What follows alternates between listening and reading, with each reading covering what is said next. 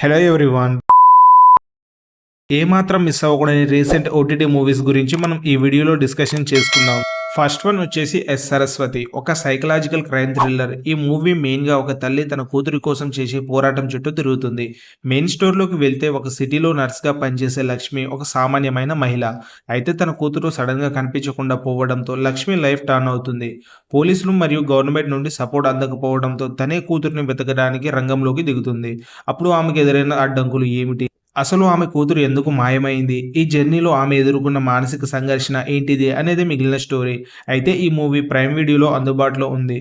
Second one వచ్చేసి మృత్యుంజయ్. జై ఒక వార్తాపత్రికలో మరణ ప్రకటనలు కలెక్ట్ చేసే జాబ్ చేస్తూ ఉంటాడు. నిజానికి అతనికి క్రైమ్ రిపోర్టర్ కావాలనే ఆశ ఉన్నా సరైన అవకాశం దొరకదు. అయితే ఒకరోజు న్యూస్ కలెక్ట్ చేస్తున్న టైంలో సిటీలో జరిగిన 2 మరణాల ప్యాటర్న్ ఒకేలా ఉండడాన్ని జై గమనిస్తాడు.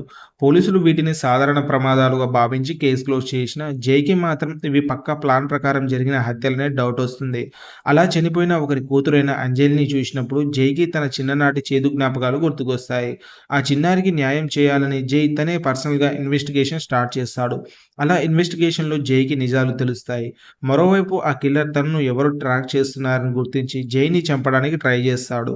అలా ఒక సామాన్య వ్యక్తి ఒక తెలివైన కిల్లర్ని పట్టుకున్నాడా లేదా అనేది మూవీ. అయితే ఈ మూవీ నెట్ఫ్లిక్స్లో అందుబాటులో ఉంది. యుఫోరియా ఒక సామాజిక నాటకం మూవీ. అయితే ఈ మూవీ ఇప్పటి యువత ఫేస్ చేస్తున్న ప్రాబ్లమ్స్ మరియు సోషల్ మీడియా ప్రభావం చుట్టూ తిరుగుతుంది.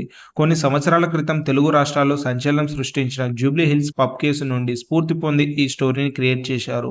అయితే మెయిన్ స్టోరీలోకి వెళ్తే ఒక పార్టీలో జరిగిన ఇన్సిడెంట్ మరియు దాని చుట్టూ క్రియేట్ చేసిన అంశాలతో మూవీ స్టార్ట్ అవుతుంది.